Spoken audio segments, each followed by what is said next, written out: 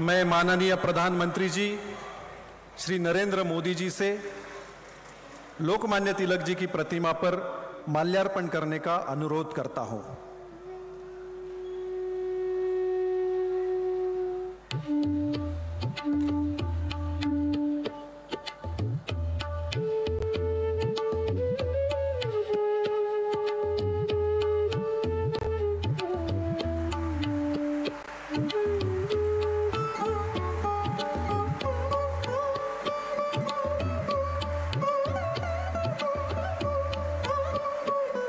धन्यवाद। लोकमान्य तिलक स्मारक ट्रस्ट के अध्यक्ष डॉक्टर दीपक तिलक जी से विनम्र निवेदन है कि वे सम्माननीय प्रधानमंत्री जी का लोकमान्य तिलक जी ने लिखा हुआ श्रीमद् भगवद गीता रहस्य का गुजराती भाषा में किया हुआ अनुवादित ग्रंथ भेंट देकर स्वागत करें।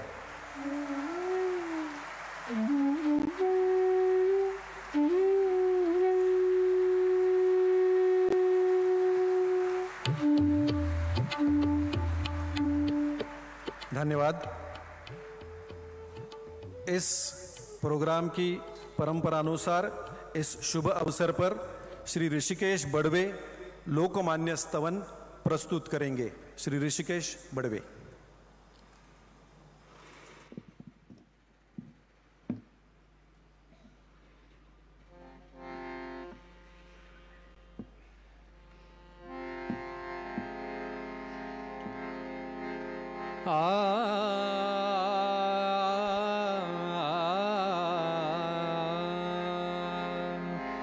वंदन तुझ लोकमान्य टिळक भास्करा, वंदन तुझ लोकमान्य टिळक भास्करा। स्फूर्ती देई बालकास स्फूर्ती सागरा, वंदन तुझ लोकमान्य टिळक भास्करा। पारतंत्र गाढतिमिर देश झोपला, पारतंत्र गाढतिमिर देश झोपला। सिंहनाद केसरी करून गर्जला, जागताच देश घेत तवची आसरा। वंदन तुझ लोकमान्य टिळक भास्करा। त्याग धैर्य चातुरी न वर्णवे मला, त्याग धैर्य चातुरी न वर्णवे मला। बुद्धी वैभवास बघून लोक मोहला, शुद्ध चरित तूच राजकारणी खरा। वंदन तुझ लोकमान्य टिळक भास्करा। स्वराज्य जन्मसिद्ध हक्क आमुचा असे, स्वराज्य जन्मसिद्ध हक्क आमुचा असे। इंग्रजास सांगताच लागले पिसे, साहिल्या अनेक यातना धुरंधरा। वंदन तुझ लोकमान्य टिळक भास्करा। गीतेचे ते रहस्य स्पष्ट उकलले, गीतेचे ते रहस्य स्पष्ट उकलले। आर्यांचे मूळ स्थान तूच शोधिले, धन्य महाराष्ट्र जा सुपुत्र तू खरा। वंदन तुझ लोकमान्य टिळक भास्करा। स्फूर्ती देई बालकास स्फूर्ती सागरा। वंदन तुझ लोकमान्य टिळक भास्करा। टिळक भास्करा, टिळक भास्करा। वंदन तुझ लोकमान्य तिलक भास्करा। अब मैं लोकमान्य तिलक स्मारक ट्रस्ट के सम्माननीय अध्यक्ष डॉक्टर दीपक तिलक जी से निवेदन करता हूं कि आप कार्यक्रम की प्रस्तावना करें। डॉक्टर दीपक टिळक।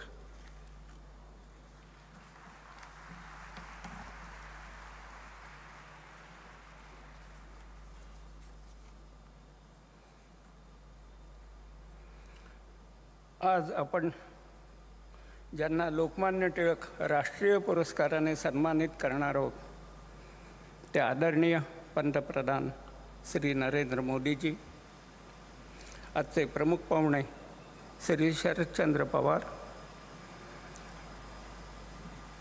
मंचावर उपस्थित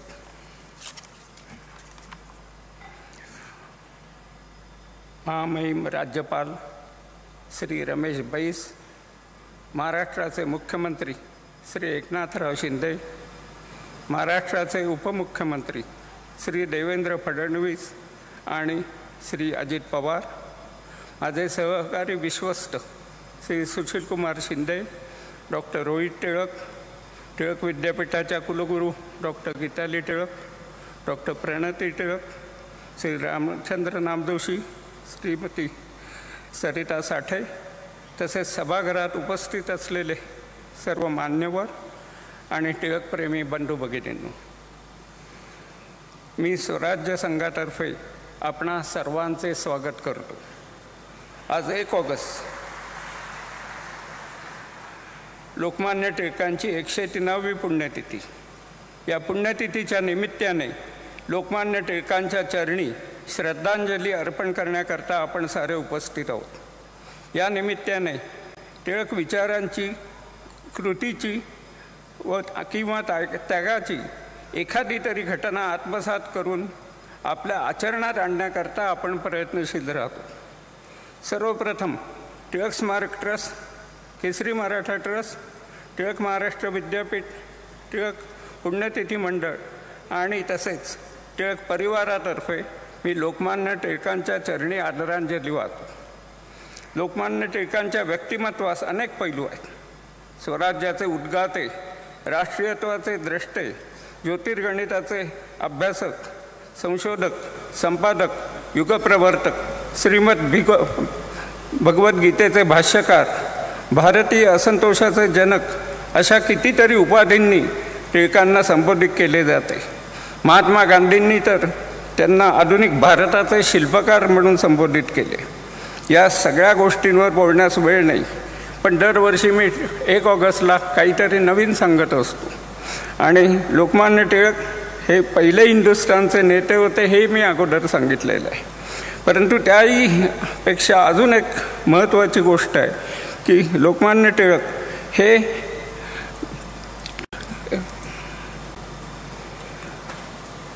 यांनी स्वराज्याचा लढा हा चौफेर दिला। चौफेर अशा यांनी म्हणता येईल की ब्रिटिश केवळ राजकीय वर्चस्व इथे लादू इच्छित नव्हते, तर त्यांना आर्थिक, शैक्षणिक, धार्मिक, सांस्कृतिक या सगळ्यावर वर्चस्व पाहिजे होतं आणि तशा तऱ्हेची नीती त्यांनी सगळ्यावर आखली होती। आणि लोकमान्य टिळक हे त्यावेळचे असे द्रष्टे की त्यांनी या सगळ्या विरुद्ध स्वातंत्र्याचा लढा उभारला।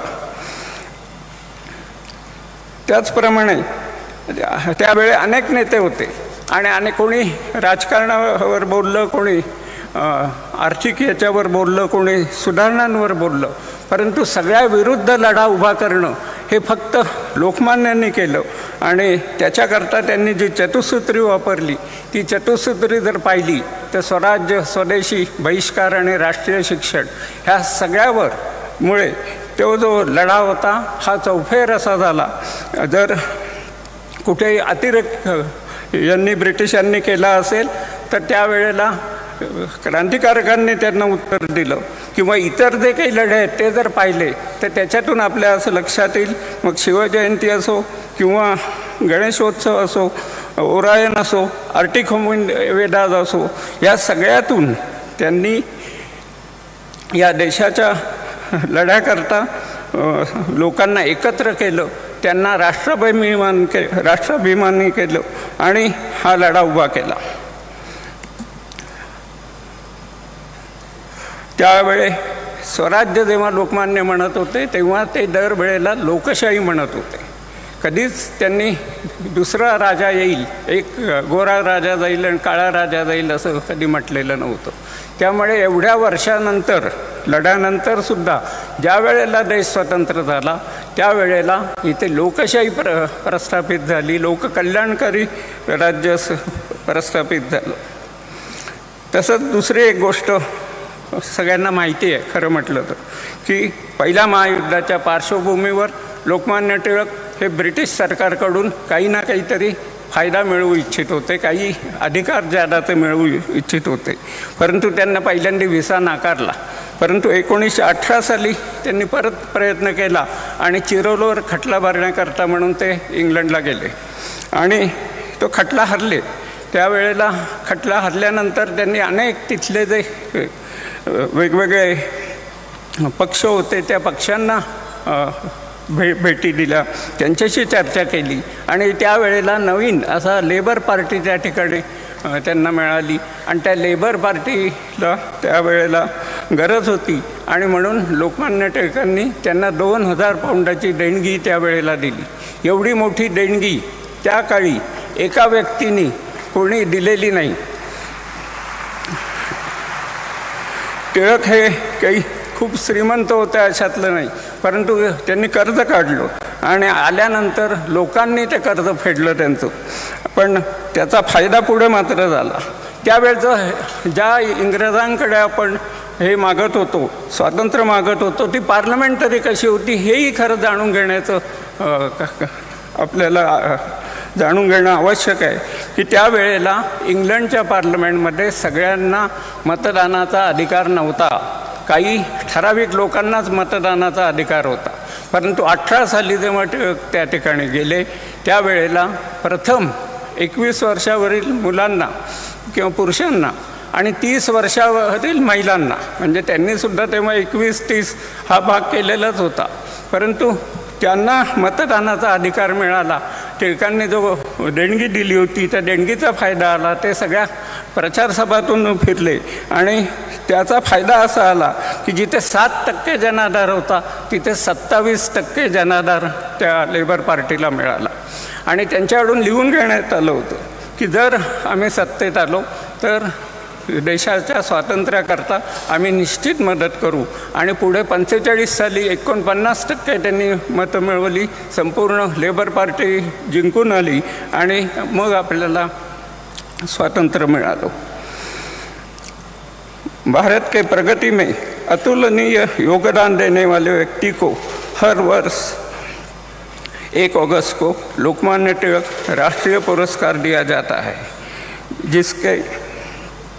जिससे ऐसे महान व्यक्ति का उचित सम्मान हो और युवा पीढ़ी के सामने एक आदर्श एवं प्रेरणादायी सिद्ध हो, ऐसे इस पुरस्कार का उद्देश्य है. हर साल 1883 से हम पहले SM जोशी को पुरस्कार दिया था हमने, और फिर कॉमरेड डांगे, अटल बिहारी वाजपेयी, इंदिरा गांधी, मनमोहन सिंह, प्रणब मुखर्जी, शरद पवार, ऐसे राजकीय क्षेत्र में हमने पुरस्कार दिए है. वैसे सामाजिक काम जो करते थे बाबा आमटे और उनके लड़कों को हमने पुरस्कार दिया, स्वामीनाथन को दिया, वर्गीस कुरियर को दिया.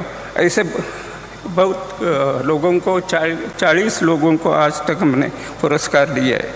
इस बार सब विश्वस्त पुरस्कार के लिए चर्चा करने के लिए इकट्ठा हुए तो हमारे सामने एक ही नाम आया, आदरणीय श्री नरेंद्र मोदी जी का.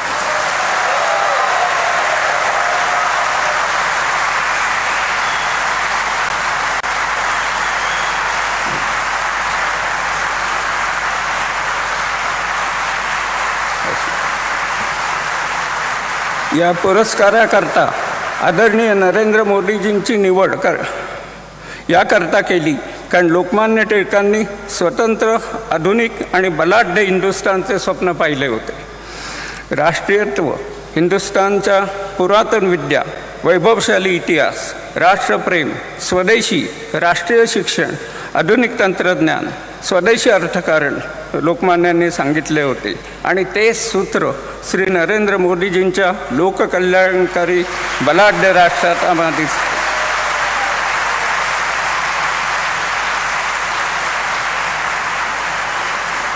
त्यातच आत्मनिर्भर भारत, मेक इन इंडिया, नवे तंत्रज्ञान, नवे शैक्षणिक धोरण हे कार्यक्रम त्यांच्या कार्यक्रमात आढळतात आणि म्हणूनच आमची ही निवड, सर्व विश्वासाने केलेली निवड तुम्हा सर्वांना भावेल असा मला विश्वास वाटतो.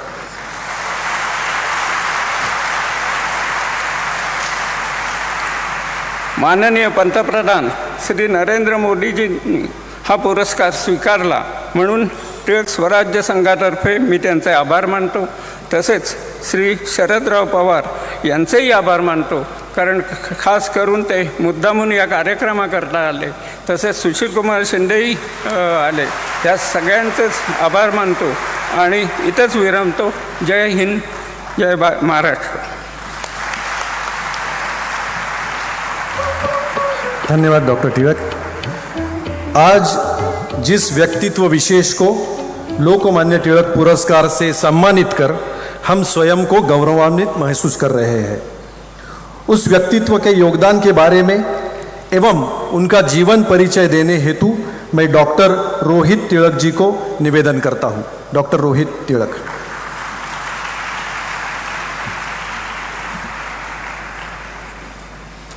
Honorable Prime Minister, dignitaries on the dais, and respected audience.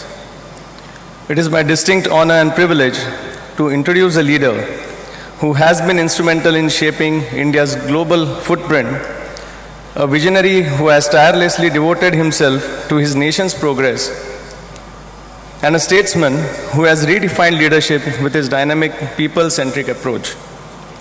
With his unwavering determination and leadership skills, he rose through the ranks to become the Chief Minister of Gujarat in 2001. During his tenure as Chief Minister, Shri Modi ji implemented numerous innovative policies and initiatives that transformed Gujarat into one of India's most economically vibrant and progressive states. His emphasis on infrastructure development, investment in renewable energy, and effective governance earned him widespread acclaim and established him as a visionary leader.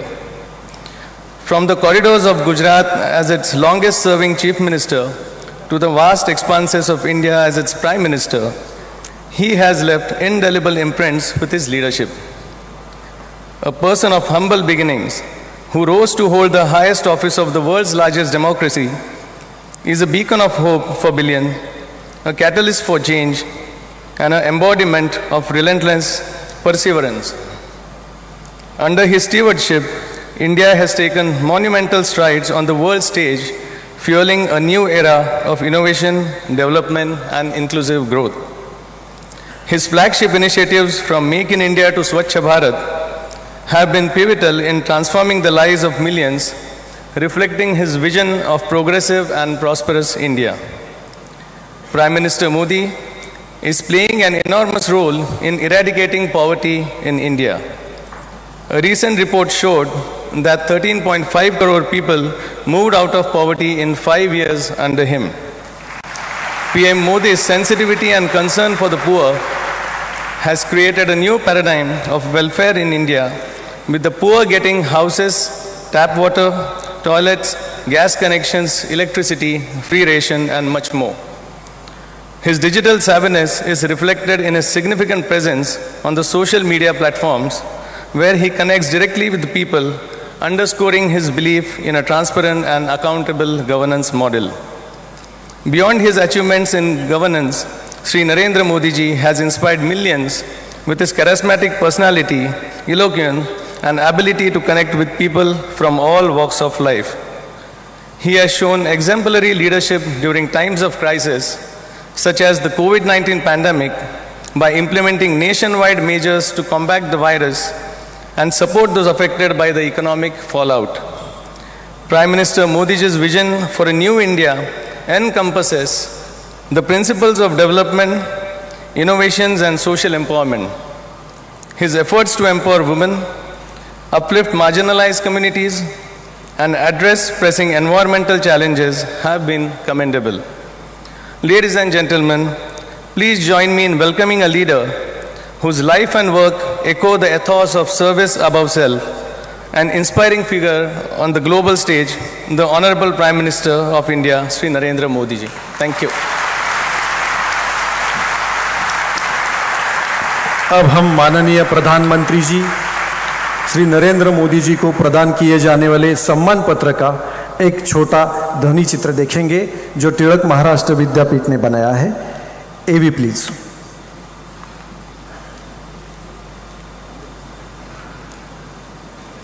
The trustees of the Lokmanya Tilak Smarak Mandir Trust are honored to bestow the Lokmanya Tilak National Award 2023 on Prime Minister Shri Narendra Modi, recognizing your exceptional service to our great nation. Your life and work echo Lokmanya Tilak's tireless efforts toward establishing a strong and prosperous India. Lokmanya Tilak's enduring call of Swarajya is my birthright is a message that resonates in your work. You have also taken this a step further by advocating for Surajya, highlighting the importance of good governance and development. Your tireless work for the welfare of the most vulnerable and marginalized sections of our society, ensuring Surajya for all, is exemplary. During India's colonial period, Lokmanya Tilak championed Swadeshi, aiming to make India an economic power. Today, you have strongly emphasized Atmanirbharta, or self-reliance, a principle that is truly the need of the hour. This push towards self-reliance is reflected in the numerous reform measures your government has introduced. It is due to such transformative policies that India has risen from being the 10th largest economy in 2014 to the 5th largest today, with prospects of soaring even higher. No society can thrive without a profound connection with its roots and culture.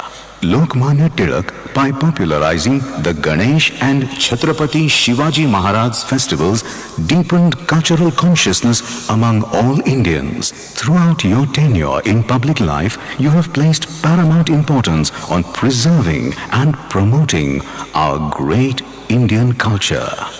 Over the past 9 years, under your leadership, there has been a significant shift in India's growth trajectory. The world now sees India as a beacon of hope, a nation that can play a major role in creating a more sustainable planet. Your stewardship has significantly elevated India's global prestige.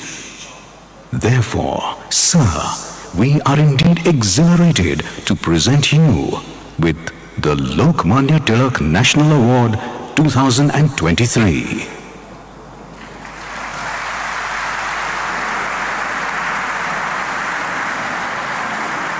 Thank you. अब मैं महाराष्ट्र राज्य के सम्माननीय मुख्यमंत्री श्री एकनाथ शिंदे जी से अनुरोध करता हूं, कृपया आप अपने विचार व्यक्त करें। मुख्यमंत्री एकनाथ जी शिंदे।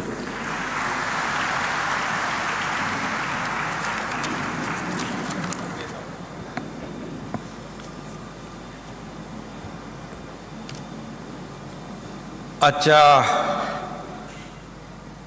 लोकमान्य टिळक राष्ट्रीय पुरस्कार सोहळ्याला उपस्थित आपले गौरवमूर्ती आणि देशाचे लोकप्रिय आणि यशस्वी प्रधानमंत्री आदरणीय नरेंद्र मोदी साहेब, माजी केंद्रीय मंत्री आणि ज्येष्ठ नेते शरद पवार साहेब, सुशील कुमार शिंदे साहेब, राज्याचे लोकप्रिय उपमुख्यमंत्री देवेंद्र फडणवीसजी, दुसरे आपले उपमुख्यमंत्री अजितदादा पवारजी, टिळक स्मारक ट्रस्टचे आदरणीय दीपक टिळकजी, रोहित टिळकजी, डॉक्टर गीताली टिळक, डॉक्टर प्रणिती टिळक, उपस्थित सर्व मान्यवर आणि उपस्थित सर्व बंधू भगिनी आणि पत्रकार मित्रांनो,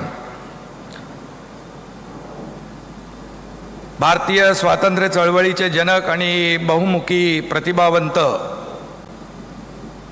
लोकमान्य बाळ गंगाधर टिळक यांना मी त्यांच्या पुण्यतिथीनिमित्त सर्वप्रथम विनम्र अभिवादन करतो.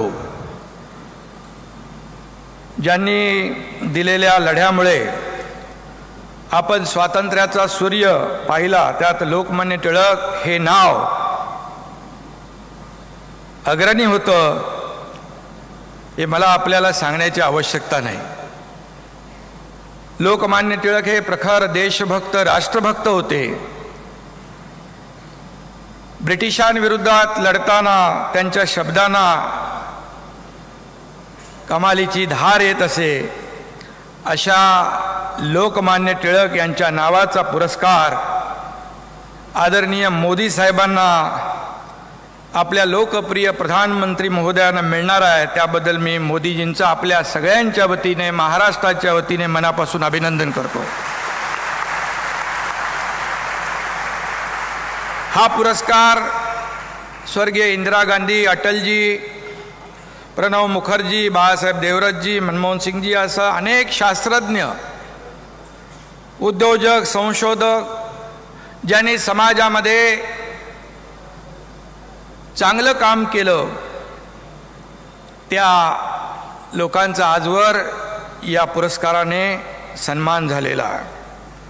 व्यासपीठावर बसलेले आदरणीय पवार साहेबांना देखील हा पुरस्कार या संस्थेने दिलेला आहे. आणि म्हणून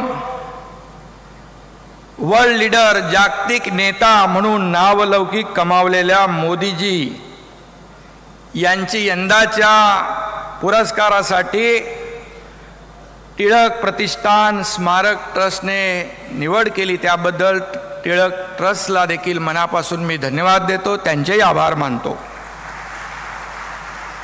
लोकमान्य टिळक हे सामान्य माणसाच्या मनातली भावना अचूक ओळखायचे आणि आजच्या काळात समाजाच्या सामान्य माणसाचं मन ओळखणारे आपले आदरणीय पंतप्रधान मोदीजी हे राष्ट्रीय स्तरावरील नेते ठरलेले आहेत. मी त्यांचं पुनश्च अभिनंदन करतो. शिक्षक, वकील, समाजसेवक, स्वातंत्र्य सैनिक असलेले लोकमान्य टिळक हे बहुआयामी नेतृत्व, इतिहास, संस्कृत, खगोलशास्त्र आणि गणित या विषयात त्यांचं प्रावीण्य होतं. मगाशी प्रास्ताविकामध्ये देखील सांगितलं. ते आपल्या कर्तृत्वाने लोकमान्य झाले होते. आणि आदरणीय मोदीजींनी देखील गेल्या 9 वर्षामध्ये आपल्या देशासाठी केलेल्या कामांना लोकमान्यता मिळालेली आहे. टिळकांनी स्वराज्यासाठी लढा दिला, पण स्वातंत्र्यानंतर स्वराज्याचे सुराज्यात रूपांतर करण्यामध्ये आपल्याला किती यश आलेलं आहे हे आपल्या सगळ्यांना माहिती आहे. आणि म्हणून पंतप्रधान नरेंद्र मोदीजी यांनी देशाची सूत्र हातात घेतल्यानंतर हेच मुख्य ध्येय ठेवून सबका साथ, सबका विकास, सबका विश्वासचा नारा देश सुराज्य निर्माण करण्याचा प्रयत्न केला. त्या दिशेने त्यांची वाटचाल सुरू आहे. आणि म्हणूनच त्यांच्या कार्याची पोचपावती आज या राष्ट्रीय सन्मानाने होते असं म्हटलं तर वावगं ठरणार नाही.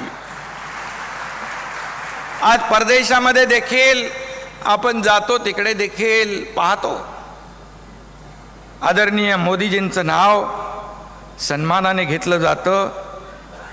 फ्रांस और अरब देशों ने भी हमारे आदरणीय प्रधानमंत्री जी को सर्वोच्च सम्मान दिया है. ये हमारे लिए बहुत बड़ी गौरव की बात है. विभिन्न देशों के प्रधानमंत्री, राष्ट्रपति उनके कितना सम्मान करते हैं हमने देखा है. उनका ऑटोग्राफ लेते हैं, कोई बॉस कहते हैं, कोई उन्हें प्यार आदर से गले लगाता है, तो कोई झुककर प्रणाम करता है.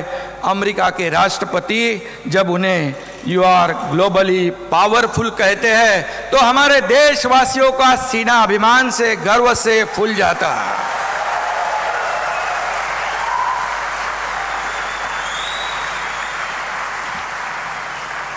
जब बड़े बड़े देशों की अर्थव्यवस्था चरमरा जाती है, तब हमारे देश की अर्थव्यवस्था बनाए रखने का काम नहीं, बल्कि उसे 10वें नंबर से 5वें नंबर पर लाने का काम आदरणीय मोदी जी ने किया. यह भी हमारे लिए बहुत बड़ी गौरव की बात है. 150 वर्ष ब्रिटिशांनी आपल्यावर राज्य केलं. त्यांना देशातून हद्दपार करण्यासाठी लोकमान्यांनी लढा उभा केला. त्याच ब्रिटिशांच्या अर्थव्यवस्थेला देखील भारताने आदरणीय मोदी साहेबांच्या नेतृत्वाखाली मागे टाकलंय. हा देखील आपल्यासाठी सर्वोच्च अभिमान आहे.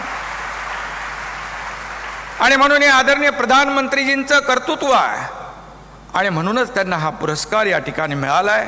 खरं म्हणजे या पुरस्काराचे साक्षीदार, या ऐतिहासिक सोहळ्याचे साक्षीदार होण्याची संधी आमच्यासारख्या कार्यकर्त्यांना मिळाली हे आमचं भाग्य समजतो. आणि म्हणून लोकमान्यांनी विदेशी वस्तूंवर बहिष्कार घालण्याचं आवाहन करत स्वदेशीचा नारा दिला. आज माननीय प्रधानमंत्री मोदीजी आपल्याला आत्मनिर्भर भारत करा म्हणून असा मंत्र मोदीजींनी दिला. लोकमान्य टिळक यांच्या एका सभेत बोलताना लोकमान्य म्हणाले होते, योग्य रस्ता येण्याची वाट पाहत आपण दिवस घालवतो. आपल्याला याचा विसर पडतो की रस्ते हे वाट बघण्यासाठी नसतात तर चालण्यासाठी असतात. आणि मोदीजींनी लोकमान्य टिळकांचा हाच उपदेश आत्मसात केलाय आणि त्याचा अंमल करण्याचा, त्याची अंमलबजावणी करण्याचं काम ते या ठिकाणी करतात. त्यांनी एकदा ठरवलं की ते त्या मार्गाने जातात. मग काश्मीरमधलं 370 कलम असू द्या, राम मंदिराचा विषय असू द्या, वाराणसीचा कायापालट असू द्या,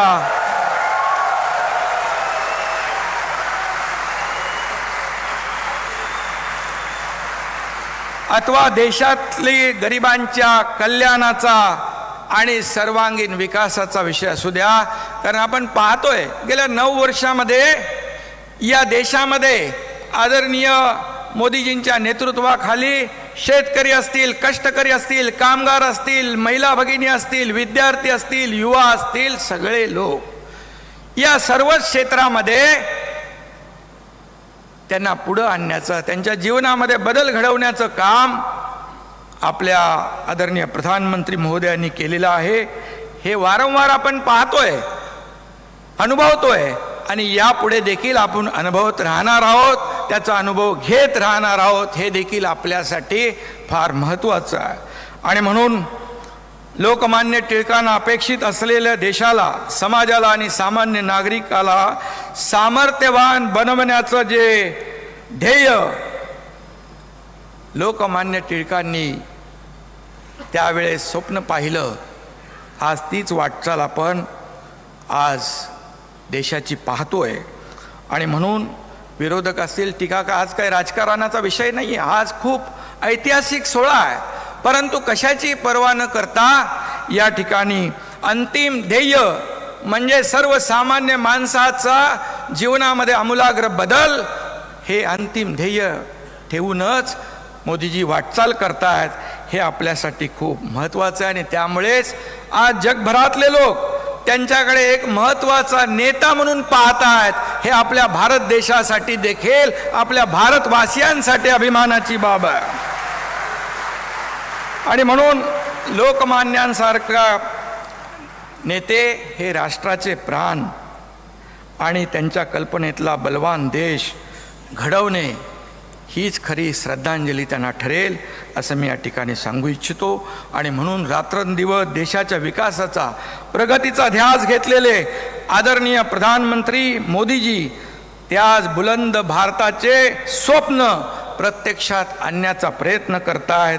आणि म्हणूनच या पुरस्काराने त्यांना आता लोकमान्यांच्या आशीर्वादाचं बळ प्राप्त होणार आहे, ताकद प्राप्त होणार आहे, आशीर्वाद प्राप्त होणार आहेत आणि ऊर्जा प्राप्त होणार आहे. आणि म्हणून मी पुन्हा एकदा आदरणीय प्रधानमंत्री महोदयांचं मनापासून अभिनंदन करतो, मनापासून शुभेच्छा देतो आणि लोकमान्य टिळकांना देखील मी वंदन करतो. धन्यवाद. जय हिंद, जय महाराष्ट्र. जबरदस्त भाषण.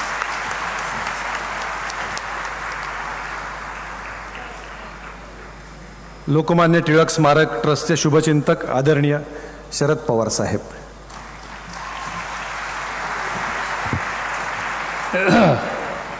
देशाचे प्रधानमंत्री नरेंद्र मोदी जी, महाराष्ट्राचे राज्यपाल श्री वैस, राज्याचे मुख्यमंत्री एकनाथ शिंदे, उपमंत्रीद्वय देवेंद्र फडणवीस आणि अजित पवार,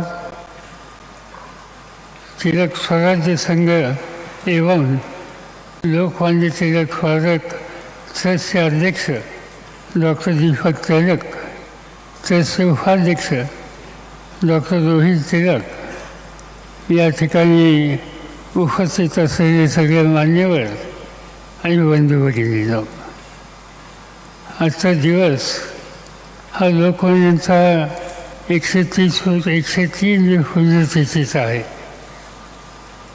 आणि त्याचा सोहळा या ऐतिहासिक पुणे शहरामध्ये होतो है। मैं प्रधानमंत्री जी को कहना चाहता हूँ कि देश में पुणे शहर का एक अलग महत्व है।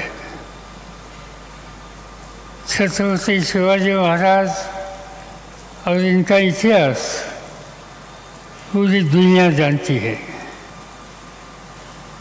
शिवाजी महाराज का जन्म इसी जिले में शिवनेरी के किले में हुआ और इसी पुणे शहर के लाल महल में उनका बचपन उन्होंने गुजारा।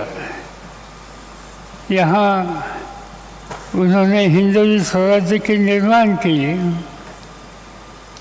या देशामध्ये अनेक राजे राजवाडे होऊन गेले, त्यांचं राज्य, त्यांचं संस्थान त्यांच्या नावाने ओळखलं जायचं। मग कुठं देवीजींचं यादवांचं संस्थान असेल, कुठं मोगलांचं दिल्लीचं संस्थान असेल, अनेकांचे संस्थानं या देशात होऊन गेली। पण शिवछत्रपतींचं काम हे का वेगळ्या दिशेवर झालं। त्यांनी राज्य उभं केलं, पण ते भोसल्यांचं राज्य नव्हतं, ते हिंदवी स्वराज्य होतं, ते रयतेचं राज्य होतं आणि ते रयतेचं राज्य प्रस्थापित करण्याच्या संबंधीचं काम या पुणे शहरामध्ये झालं। हा पुण्याचा एक गौरवशाली इतिहासाचा भाग आहे। अलीकडच्या काळामध्ये या देशानं आणि या देशाच्या जवानानं देशाचं रक्षण करण्याच्यासाठी एक प्रकारचा सर्जिकल स्ट्राईक केलेला होता। सर्जिकल स्ट्राईकची चर्चा आत्ता होते, पण लाल महालामध्ये शाहिस्तेखांनी ताबा घेण्याचा प्रयत्न केल्याच्या नंतर या देशाचा पहिला सर्जिकल स्ट्राईक हा शिवछत्रपतींच्या काळामध्ये झाला। ही गोष्ट आपण कधी विसरू शकत नाही आहे। अनेक गोष्टी या ठिकाणी सांगता येतील। आपण लोकमान्यांचं स्मरण करण्याच्यासाठी आलो। 1865 मध्ये लोकमान्यांचे वडील गंगाधर यांनी रत्नागिरी सोडली आणि पुण्यामध्ये त्यांचं आगमन झालं। पुण्यामध्ये आगमन झाल्याच्या नंतर ते नुसतं आगमन नव्हतं, ती एक प्रकारची चिंगारी होती। संपूर्ण स्वराज्य स्थापन करण्याच्या संबंधीची ती मशाल बनलेली होती आणि त्या कालखंडामध्ये लोकमान्यांचा सुरुवातीचा काळ या पुणे शहरामध्ये गेला। त्यांचं एकंदर लक्ष सगळ्या परिस्थितीवर होतं आणि ते असताना ब्रिटिशांच्या गुलामगिरीतून बाहेर पडायचं असेल तर सामान्य माणसाला जागृत केलं पाहिजे आणि त्यासाठी एक जबरदस्त अशा प्रकारचं शस्त्र याची निर्मिती करण्याची आवश्यकता आहे आणि ते शस्त्र म्हणजे पत्रकारिता। तिलक जी ने 25 साल की उम्र में मराठी भाषा में केसरी अखबार और अंग्रेजी में मराठा साप्ताहिक शुरू किया और इन फतवों के माध्यम से इंग्रेजों के खिलाफ उन्होंने कड़ा प्रहार किया। केसरी का मतलब सिंह या शेर है। केसरी और मराठा द्वारा टिळकाजी ने एकंदर या देशाच्या परकीय लोकांच्यावर प्रचंड प्रहार केले आणि एक प्रकारची लोकजागृती करण्याच्या संबंधीचं काम त्यांच्या काळामध्ये त्यांनी केलं होतं। ते नेहमी म्हणत असत पत्रकारिता याचा कुणाचा दबाव असता कामा नये, त्या दबावातून पत्रकारिता मुक्त झाली पाहिजे आणि ती भूमिका त्यांनी सातत्यानं पाळली केली। 1885 साली भारतीय राष्ट्रीय काँग्रेसचा जन्म झाला, गठन झाला, याच पुणे शहरामध्ये झाला। त्या काळामध्ये पहिलं अधिवेशन या पुणे शहरात होणार होतं, परंतु फ्लेगची साथ या ठिकाणी आली आणि त्यामुळं हे अधिवेशन मुंबईच्या गावाला या टँकवर दिलं गेलं, ज्याला ऑगस्ट क्रांती मैदान म्हणून आज त्या ठिकाणी ओळखलं जातं। त्या काळामध्ये एकंदर दोन प्रकारचे नेते त्या संघटनेमध्ये होते, ज्यांना मवाळ म्हणून ओळखलं जायचं आणि जहाल म्हणून ओळखलं जायचं। आणि या जहालांचं प्रतिनिधित्व हे लोकमान्यांनी केलेलं होतं। लोकमान्यांनी स्वराज्यवादात जन्मसिद्ध अधिकार आहे आणि तो मी घेतल्याशिवाय स्वस्त बसणार नाही, ही भूमिका जनमानसाच्या समोर मांडली। स्वदेशी, बहिष्कार, राष्ट्रीय शिक्षण ही त्रिसूत्री आणि त्याच्या माध्यमातून संपूर्ण स्वराज्याचं आंदोलन हे त्यांच्या काळामध्ये मांडलेलं होतं, ज्याचा उल्लेख आधीच्या वक्त्यांनी केला। गणेश उत्सव असेल, शिवजयंती असेल, या सगळ्यामध्ये लोकमान्यांचं योगदान हे फार मोठं होतं आणि त्या माध्यमातून एक नवीन इतिहास तयार करण्याचं काम त्यांनी केलं। त्या कालखंडामध्ये दोन युग होती, एक टिळक युग आणि दुसरं महात्मा गांधींचं गांधी युग। या ठिकाणी या दोघांचं जे योगदान आहे ते आम्ही कधी विसरू शकत नाही आणि या देशाच्या नव्या पिढीला या कर्तृत्वान दृष्टीच्या नेत्यांचा आदर्श हा अखंडपणानं प्रेरणा देईल याची मला खात्री आहे। आणि या पार्श्वभूमीवर टिळक पुरस्कार याला एक आगळं वेगळं अशा प्रकारचं महत्त्व आहे। आज आपण आणि टिळक स्मारकानं मोदीजींची निवड या स्मारकाच्यासाठी, या पुरस्काराच्यासाठी केली। ज्या पुरस्कारामध्ये इंदिरा गांधी होत्या, खान अब्दुल खान गफार होते, बाळासाहेब देवरस होते, शंकरदयाळ शर्मा होते, अटल बिहारी वाजपेयी होते, डॉक्टर मनमोहन सिंग होते, अशी अनेक मान्यवरांची नावं या ठिकाणी घेतली जाते। आणि या मान्यवरांच्या यादीमध्ये, पंक्तीमध्ये आज नरेंद्र मोदींच्या नावाचा सुद्धा या ठिकाणी समावेश झाला, याचा आनंद आपल्या सगळ्यांना आहे। आणि म्हणून आपल्या सगळ्यांच्या वतीनं त्यांचं या ठिकाणी जी निवड झाली, त्यांना हा जो पुरस्कार देण्यात येतो आहे त्याबद्दल त्यांचं अंतःकरणापासून अभिनंदन करतो आणि आपल्या सगळ्यांची रजा या ठिकाणी घेतो। जय हिंद, जय महाराष्ट्र।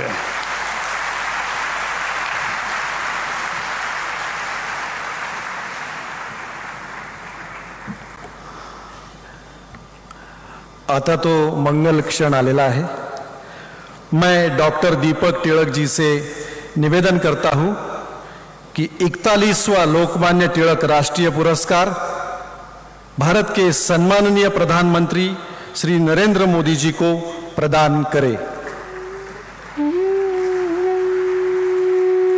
लोकमान्य टिळक वापरत असत असेच उपरणे,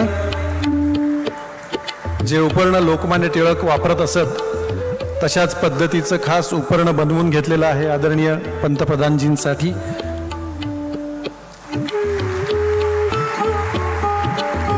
लोकमान्य तिलक जी की पहचान पुणेरी पगड़ी और लोकमान्य जी का उत्तरीय, त्याचप्रमाणे सम्मान पत्र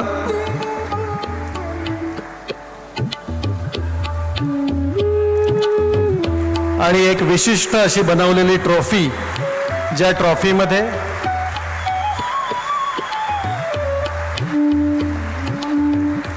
विशिष्ट ट्रॉफी, ज्या ट्रॉफीमध्ये आपण पाहू शकता श्रीमद भगवत गीता, त्याचप्रमाणे लोकमान्यांची पगडी, केसरीचा पहिला अंक आणि लोकमान्यांची प्रतिमा।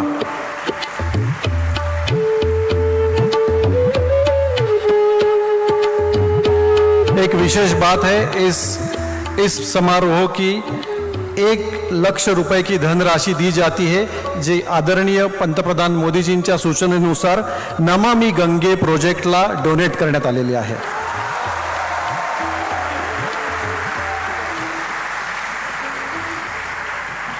लोकमान्य तिलक राष्ट्रीय पुरस्कार से सम्मानित हुए आदरणीय प्रधानमंत्री श्री नरेंद्र मोदी जी, जिनके कार्य एवं विचार हमारी प्रेरणा है।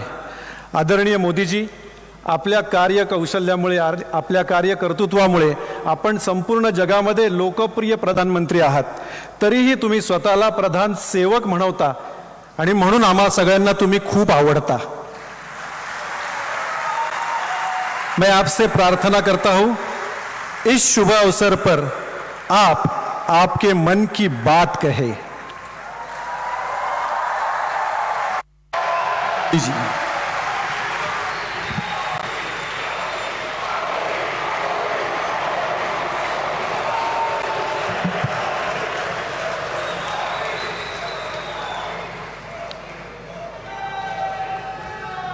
लोकमान्य टिळकांची आज 103वी पुण्यतिथी आहे। देशाला अनेक महानायक देण्याच्या महाराष्ट्राच्या भूमीला मी कोटी कोटी वंदन करते।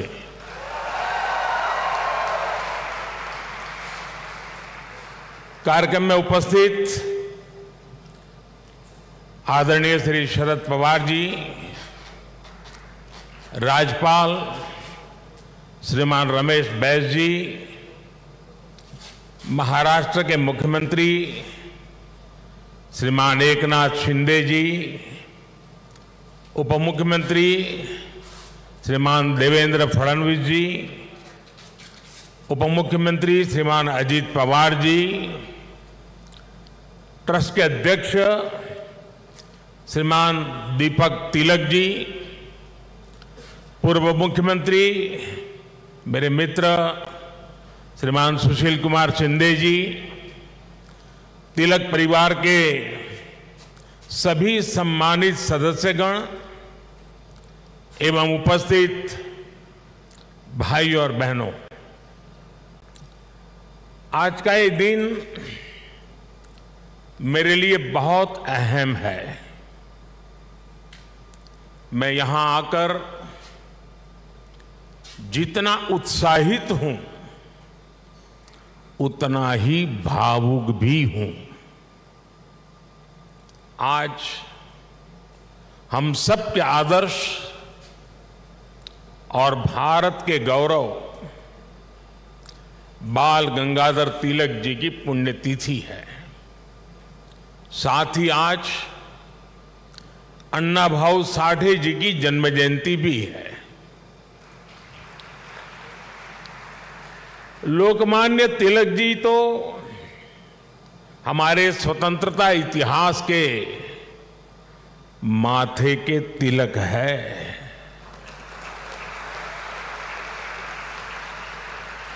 साथ ही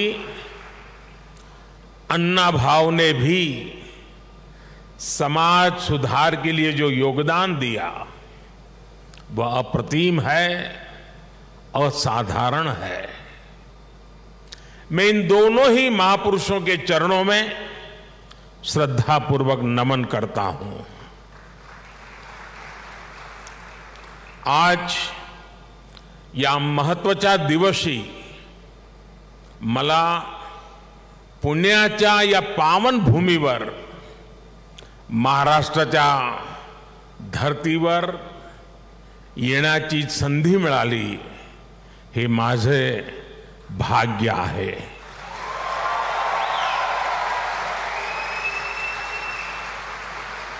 ये पुण्य भूमि छत्रपति शिवाजी महाराज की धरती है। ये चाफेकर बंधुओं की पवित्र धरती है। इस धरती से ज्योतिबा फुले, सावित्रीबाई फुले की प्रेरणाएं और आदर्श जुड़े हैं। अभी कुछ ही देर पहले मैंने दगड़ू सेठ मंदिर में गणपति जी का आशीर्वाद भी लिया। ये भी पुणे जिले के इतिहास का बड़ा दिलचस्प पहलू है। दगड़ू सेठ पहले व्यक्ति थे जो तिलक जी के आह्वान पर गणेश प्रतिमा की सार्वजनिक स्थापना में शामिल हुए थे।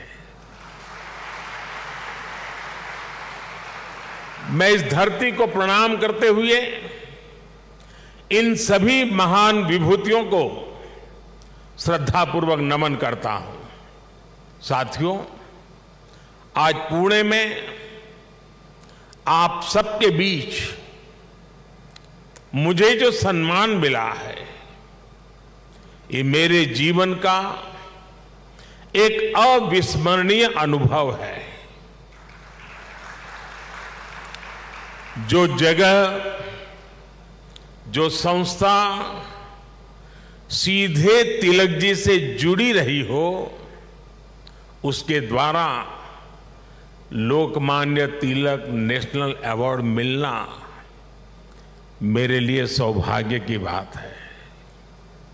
मैं इस सम्मान के लिए हिंद स्वराज संघ का और आप सभी का पूरी विनम्रता के साथ हृदय से आभार व्यक्त करता हूं।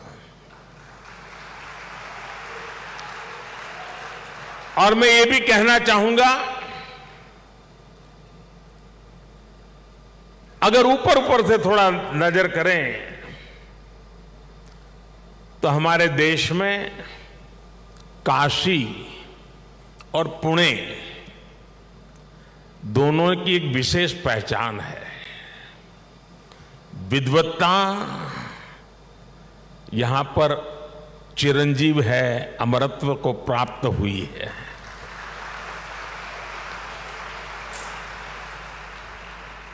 और जो पुणे नगरी विद्वत्ता की दूसरी पहचान हो, उस भूमि पे सम्मानित होना जीवन का इससे बड़ा कोई गर्व और संतोष की अनुभूति देने वाली घटना नहीं हो सकती है। लेकिन साथियों, जब कोई अवार्ड मिलता है तो उसके साथ ही हमारी जिम्मेदारी भी बढ़ जाती है। आज जब उस अवार्ड से तिलक जी का नाम जुड़ा हुआ हो तो दायित्व बोध और भी कई गुना बढ़ जाता है। मैं लोकमान्य तिलक नेशनल अवार्ड को 140 करोड़ देशवासियों के चरणों में समर्पित करता हूं।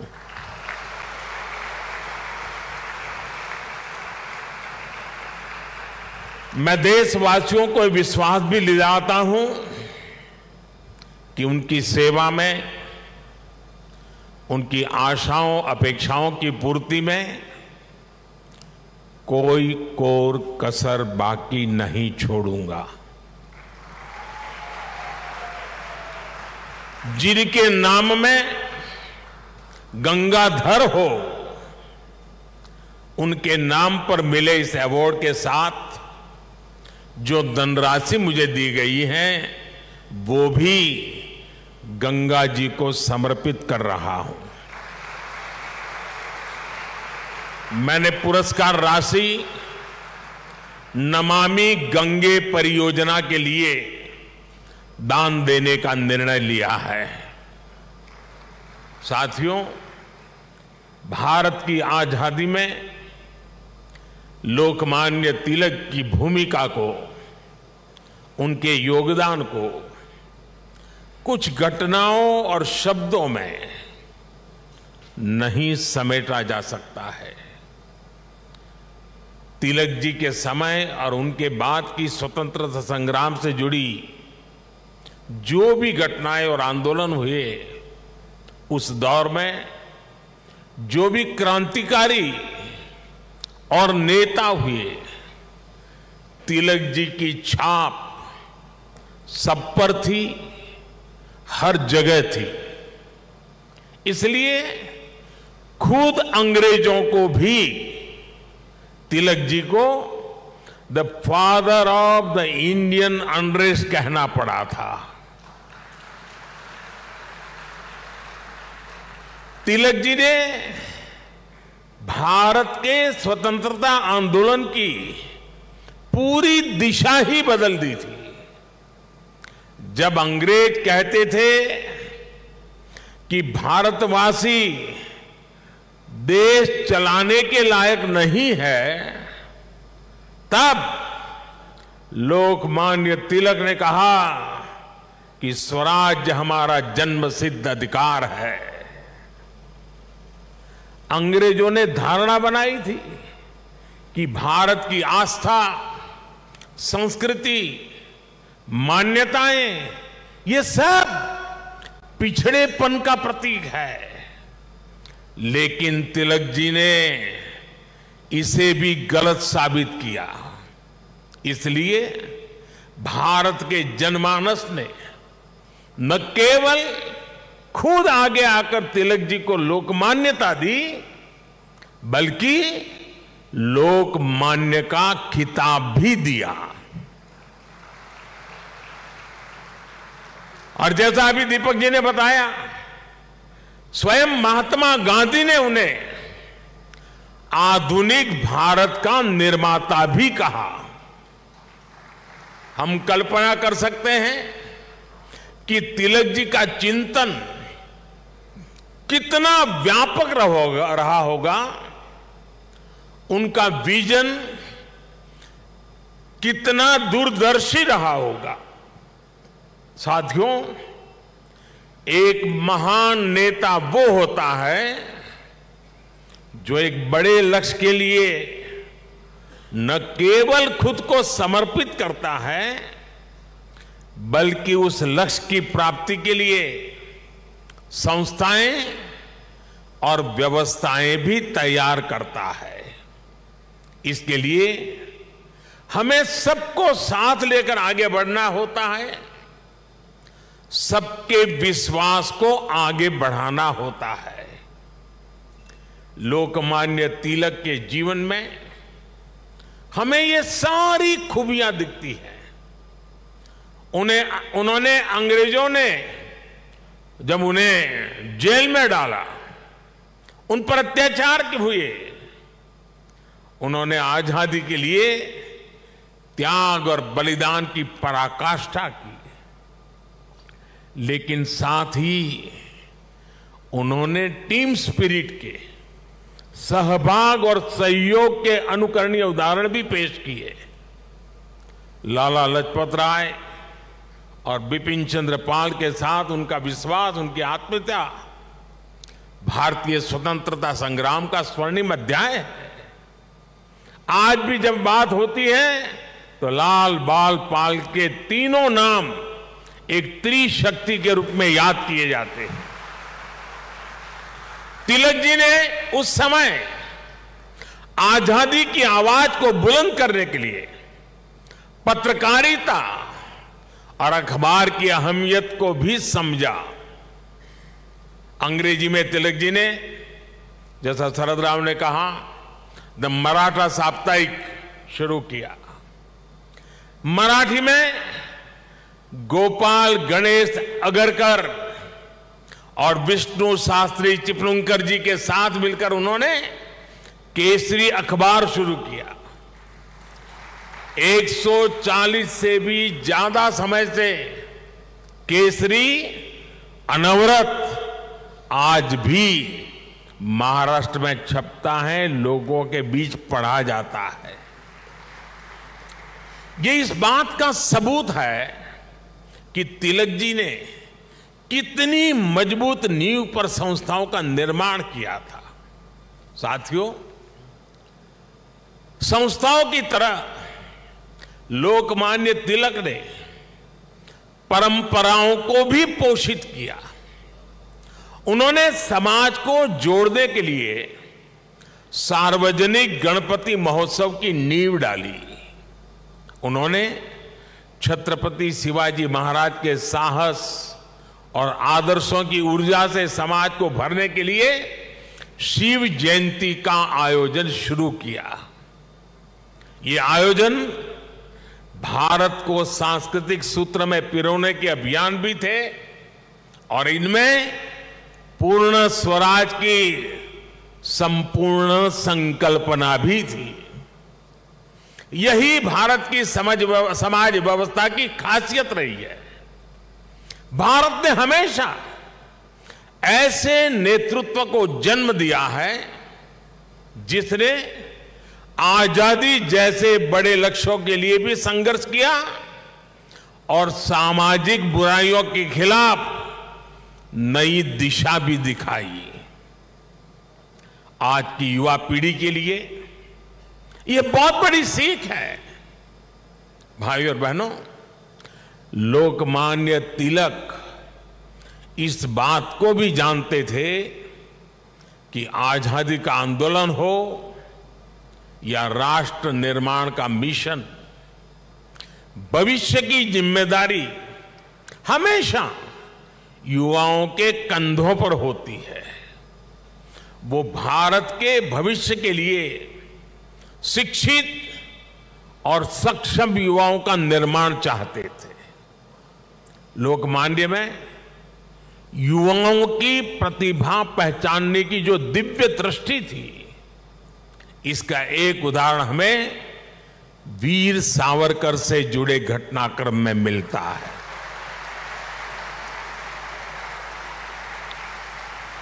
उस समय सावरकर जी युवा थे। तिलक जी ने उनकी क्षमता को पहचाना। वो चाहते थे कि सावरकर बाहर जाकर अच्छी पढ़ाई करें और वापस आकर आजादी के लिए काम करें। ब्रिटेन में श्यामजी कृष्ण वर्मा ऐसे ही युवाओं को अवसर देने के लिए 2 स्कॉलरशिप चलाते थे। एक स्कॉलरशिप का नाम था छत्रपति शिवाजी स्कॉलरशिप और दूसरी स्कॉलरशिप का नाम था महाराणा प्रताप स्कॉलरशिप। वीर सावरकर के लिए तिलक जी ने श्यामजी कृष्ण वर्मा से सिफारिश की थी। इसका लाभ लेकर वो लंदन में बैरिस्टर बन सके। ऐसे कितने ही युवाओं को तिलक जी ने तैयार किया। पुणे में new English school, Deccan education society और फर्ग्यूसन कॉलेज जैसे संस्थानों, उसकी स्थापना उनके इसी विजन का हिस्सा है। इन संस्थाओं से ऐसे कितने ही युवा निकले जिन्होंने तिलक जी के मिशन को आगे बढ़ाया, राष्ट्र निर्माण में अपनी भूमिका निभाई। व्यवस्था निर्माण से संस्था निर्माण, संस्था निर्माण से व्यक्ति निर्माण और व्यक्ति निर्माण से राष्ट्र निर्माण, ये विजन राष्ट्र के भविष्य के लिए रोड मैप की तरह होता है।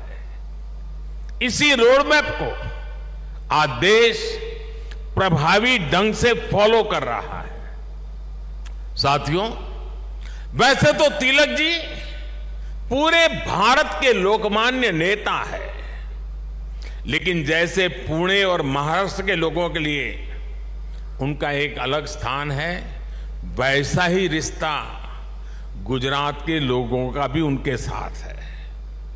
मैं आज इस विशेष अवसर पर मैं उन बातों को भी याद कर रहा हूं।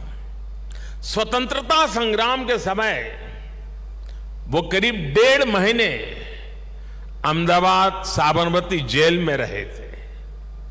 इसके बाद 1916 में तिलक जी अहमदाबाद आए और आपको जानकर के खुशी होगी, उस समय जब अंग्रेजों की पूरी तरह जुल्म चलते थे, अहमदाबाद में तिलक जी के स्वागत में और उनको सुनने के लिए उस जमाने में 40,000 से ज्यादा लोग उनका स्वागत करने के लिए आए थे। और खुशी की बात यह है कि उनको सुनने के लिए उस समय ऑडियंस में सरदार वल्लभ भाई पटेल भी थे। उनके भाषण ने सरदार साहब के मन में एक अलग ही छाप छोड़ी। बाद में सरदार पटेल अहमदाबाद नगर पालिका के प्रेसिडेंट बने, म्युनिसिपैलिटी के प्रेसिडेंट बने। और आप देखिए उस समय के व्यक्तित्व की सोच कैसी होती थी। उन्होंने अहमदाबाद में तिलक जी की मूर्ति लगाने का फैसला किया। और सिर्फ मूर्ति लगाने का फैसला किया नहीं, उनके निर्णय में भी सरदार साहब की लौह पुरुष की पहचान मिलती है। सरदार साहब ने जो जगह चुनी वो जगह थी विक्टोरिया गार्डन। अंग्रेजों ने रानी विक्टोरिया की हीरक जयंती मनाने के लिए अहमदाबाद में 1897 में 1897 में विक्टोरिया गार्डन का निर्माण किया था। यानी ब्रिटिश महारानी के नाम पर बने पार्क में उनकी छाती पर सरदार पटेल ने इतने बड़े क्रांतिकारी लोकमान्य तिलक की मूर्ति लगाने का फैसला कर लिया।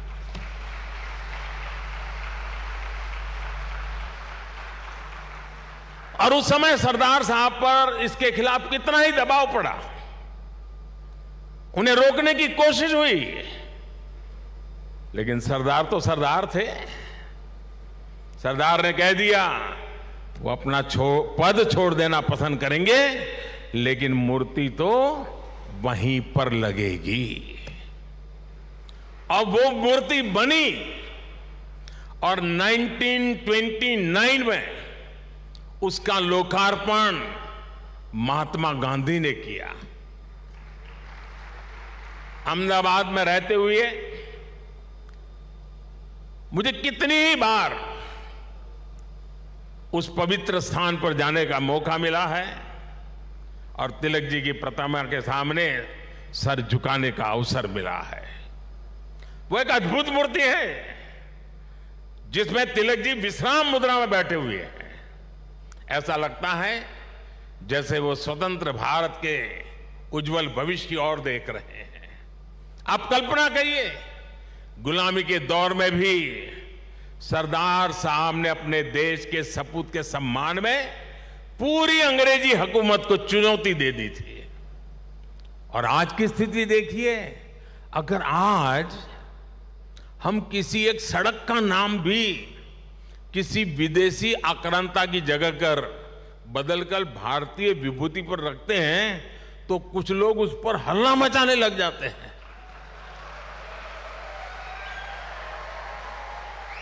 उनकी नींद खराब हो जाती है।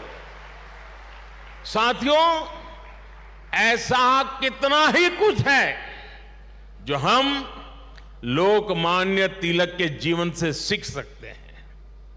लोकमान्य तिलक गीता में निष्ठा रखने वाले व्यक्ति थे। वो गीता के कर्मयोग को जीने वाले व्यक्ति थे।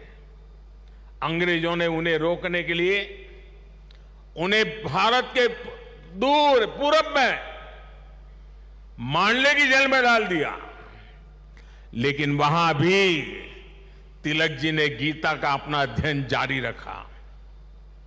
उन्होंने देश को हर चुनौती से पार पाने के लिए गीता रहस्य के जरिए कर्मयोग की सहज समझ दी, कर्म की ताकत से परिचित करवाया।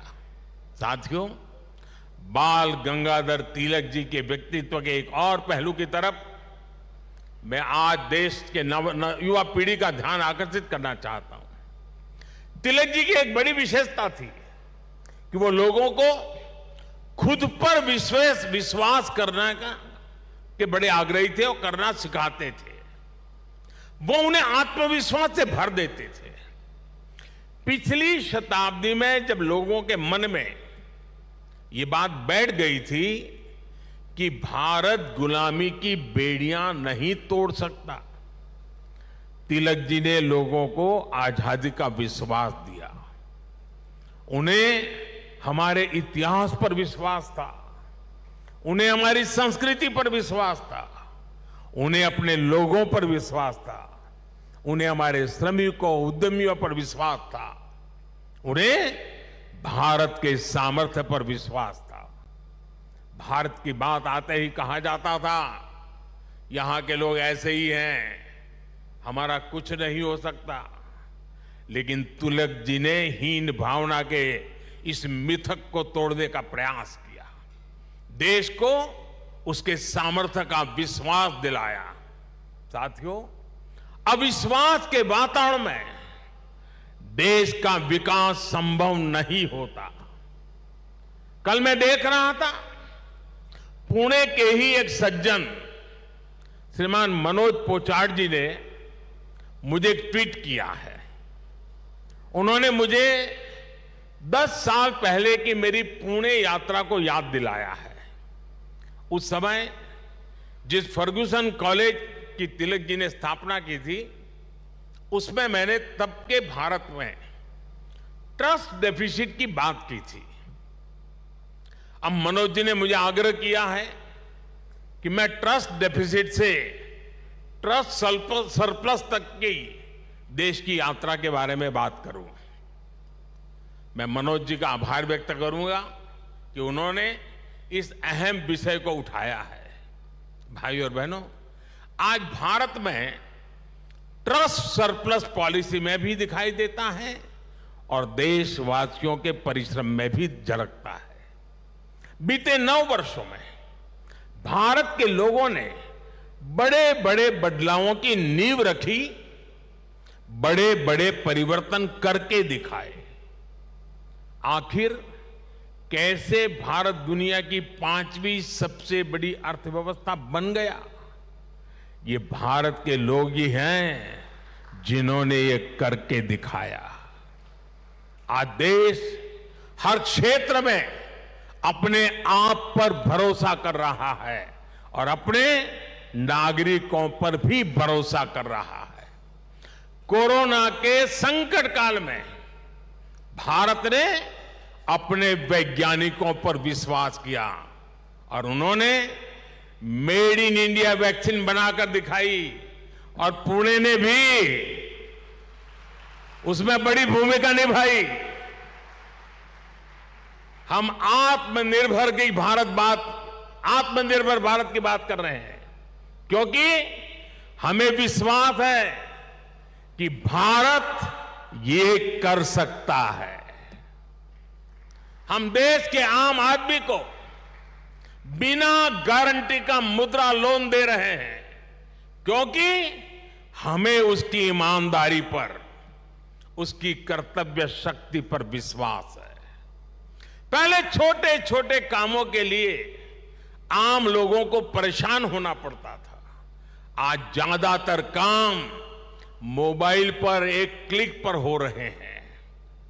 कागजों को अटैच करने के लिए आपके अपने हस्ताक्षर पर भी आज सरकार विश्वास कर रही है।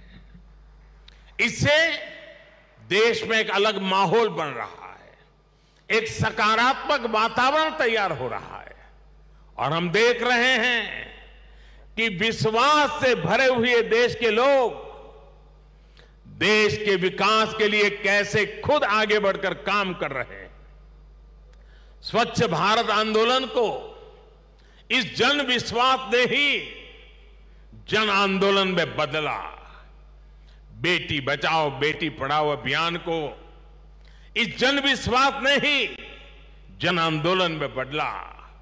लाल किले से मेरी एक पुकार पर कि जो सक्षम हैं उन्हें गैस सब्सिडी छोड़नी चाहिए, लाखों लोगों ने गैस सब्सिडी छोड़ दी थी। कुछ समय पहले ही कई देशों का एक सर्वे हुआ था। इस सर्वे में सामने आया कि जिस देश के नागरिकों को अपनी सरकार में सबसे ज्यादा विश्वास है, उस सर्वे ने बताया उस देश का नाम भारत है। ये बदलता हुआ जनमानस, ये बढ़ता हुआ जनविश्वास भारत के जन जन की प्रगति का माध्यम बन रहा है। साथियों, आज आजादी के 75 वर्ष बाद देश अपने अमृतकाल को कर्तव्य काल के रूप में देख रहा है। हम देशवासी अपने अपने स्तर से देश के सपनों और संकल्पों को ध्यान में रखकर काम कर रहे हैं। इसलिए आज विश्व भी भारत में भविष्य देख रहा है। हमारे प्रयास आज पूरी मानवता के लिए एक आश्वासन बन रहे हैं। मैं मानता हूं कि लोकमान्य आज जहां भी उनकी आत्मा होगी वो हमें देख रहे हैं, हम पर अपना आशीर्वाद बरसा रहे हैं। उनके आशीर्वाद से, उनके विचारों की ताकत से हम एक सशक्त और समृद्ध भारत के अपने सपने को जरूर साकार करेंगे। मुझे विश्वास है हिंद स्वराज संघ तिलक के आदर्शों से जन जन को जोड़ने में इसी प्रकार आगे आकर के अहम भूमिका निभाता रहेगा। मैं एक बार फिर इस सम्मान के लिए आप सभी का आभार प्रकट करता हूं। इस धरती को प्रणाम करते हुए, इस विचार को आगे बढ़ाने में जुड़े हुए सबको प्रणाम करते हुए मैं मेरी वाणी को विराम देता हूं। आप सबका बहुत बहुत धन्यवाद।